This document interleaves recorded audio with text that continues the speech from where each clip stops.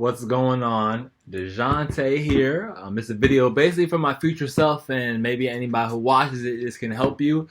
This video, obviously from the title down below, you can see it's about sports cards and my journey to making profit and making this a side hustle. I don't expect this to be a full-time thing, but right now, especially with the COVID crisis going on, any type of money is better. So this one is making this video just so I could document and see, a year or however long down the line how this works out. So basically, this is my card collection right here. I have about 1, 2, 3, 4, 5, 6, 7, 8, 9, 10, 11, 12, 13, 14. I have 15 cards right here. I have a couple of them.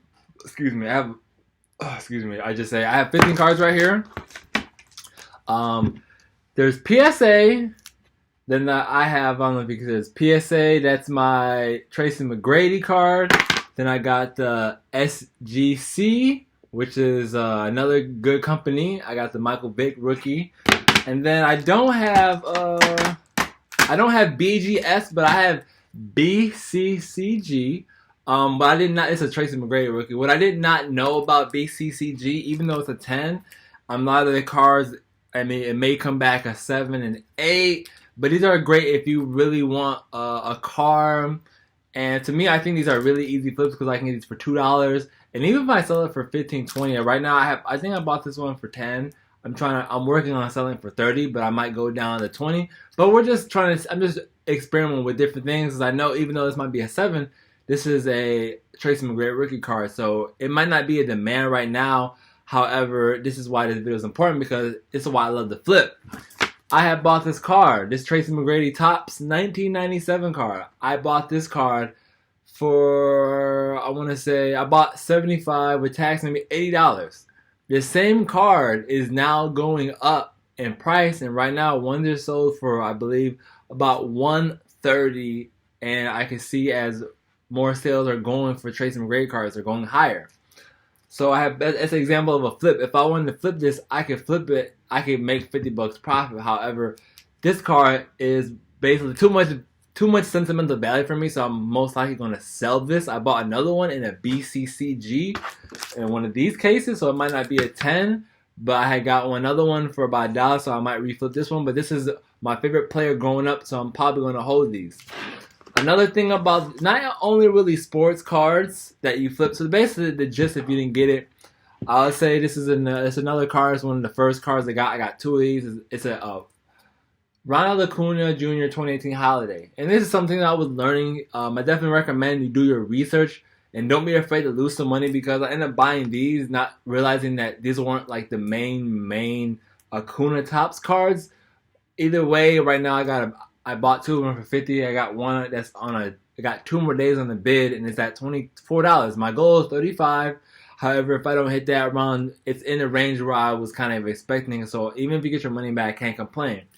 But also the videos, I want to make this video mainly, obviously, for the sports card flipping, but also talking about how Pokemon cards, like, man, me, nostalgia lane. I don't know about whoever watching this. Man, Pokemon was the biggest thing for me. And to me, I think there's more money investing into the Pokemon cards and packs and all that stuff because, yeah, it might take longer for the value to increase, but there's a lot more people who would be interested in the Pokemon cards than people who would be in sports cards. A lot of people play Pokemon. Not a lot of people are really into sports. Pokemon had so many people, and to me, I think Pokemon cards are a better investment because over time, again, it's more vast and it's more of a nostalgia for the culture, especially my age people. This is more nostalgia for us. Some of these sports cards, maybe early 90s players. But anyways, Pokemon cards would be the thing out of more investment. Perfect example. This is a 9. It's a Magneton Fossil. So for you don't know much about Pokemon real quick, there was the base set. The first couple sets were base. Then it was Fossil. And then it was Jungle. Then they came up with the Team Rocket. But anyways, the 9 Magneton. This same card I think it was about for $15 because of the market going up, and I seen that it was more of a demand with this whole quarantine thing going on. This card it hasn't really moved much because it's a 9, so it's going to take longer to increase in value. However, this is the first card I bought. You might not be. I'm gonna put it to the camera a little bit. It was a Lapras Japanese Gem Mint 10, and to me, the Japanese sets are highly undervalued. My goal in the next 3 years is to collect those 3 sets: the base, jungle, fossil. Go get those 3 sets. All the hollows. My goal is 10s. So some cards I might have to spend more than 100, but my goal is to spend around 100 per card, no more than $200. I think there's about 14 hollows per set. That's about $5,000. So that can turn into 10 years from now $25K. Because this Lapras, I bought this card $75. Right now, the same card just sold for $225. So it's speculating, but I know for a fact this card is definitely worth more than $75. It's definitely worth more than $150, so that's double the profit already. And it's barely been a month. So to me, I'm going definitely more down the Pokemon route.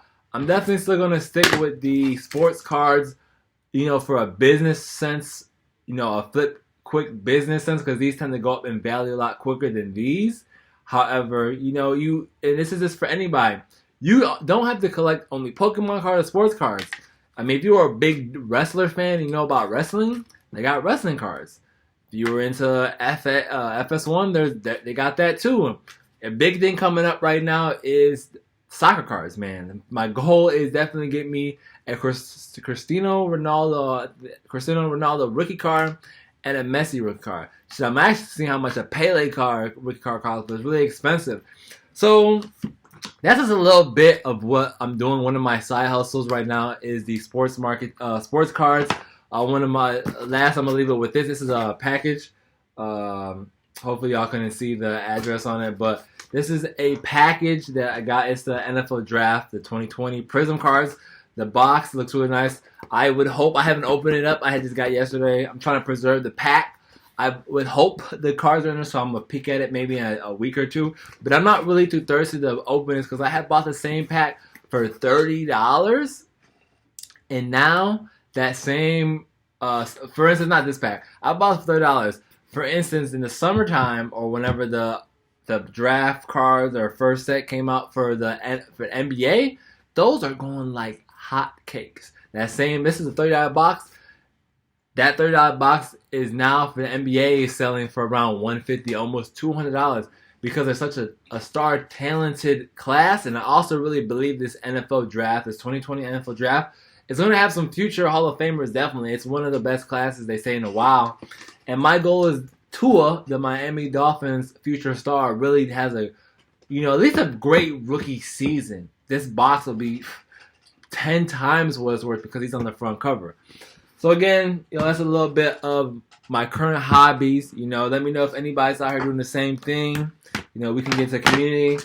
I'll just show y'all some of my long-term investments real quick. We got the Trae Young 9. I got a Wander Franco. I'm holding this. He's supposed to be possibly the next baseball player next to Trout in a couple of years. He'll probably be number 2, but we'll see. So I'm holding on to this. This card's already going to value. I paid $50. It's already at $80 to $90 within 2 months. What are some of my long-term investments I got right here? It's crazy to sound. I bought this big card for not even $20, speaking of. And I think he's eligible for the Hall of Fame next year. So I'm hoping that him being in the Hall of Fame, his cards go up in price. If not, it doesn't matter to me because I was a big Michael Vick. And to me, he's definitely a once-in-a-lifetime trendsetter, man. I remember playing Madden with this guy. So this is more of a sentimental value and this is part of my personal collection. For me to sell one of these, it probably have to be at least $200. I bought another one just in case. However, man, these Vicks, if the price ain't right, I'm not selling them. What are some of my long-term investments? Okay, and I'm gonna finish the video off with before I forget. And not just only the graded cards. There is money in these raw cards. Like me, when I get raw cards, I open them up the packs and I literally put them in top loaders and stuff. There's actually card savers when you submit the PSA, but for right now, for just preserving to see if they're going to increase in value, I put them in these. They're great. These are great for, you know, if you want to make $5 to $10, especially if the player's doing good. Because graded cards, I mean, these PSA cards, they say it takes sometimes over half a year just to get them back. SGC, they say maybe 2 months, or in a BGS, which I have cards of that, but they're still in the mail. Takes maybe 3 or 4 months. So it takes time. So if you have a star player that, let's say right now, I got a Kevin Durant.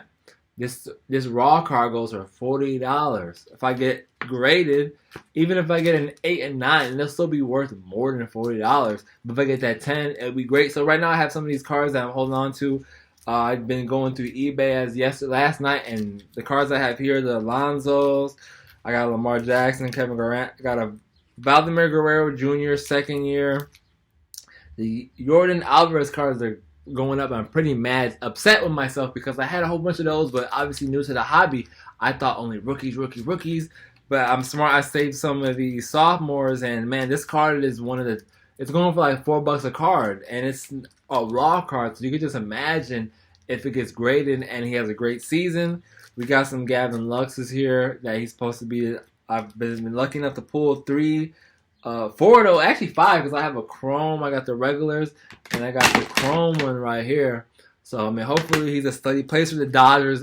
If we have baseball this season, which my prediction is that they're going to open up on July 4th, will be the first opening day, since we're going to be on lockdown for basically the whole rest of the year. It's already kind of announced with schools, but I'll talk about that in another video.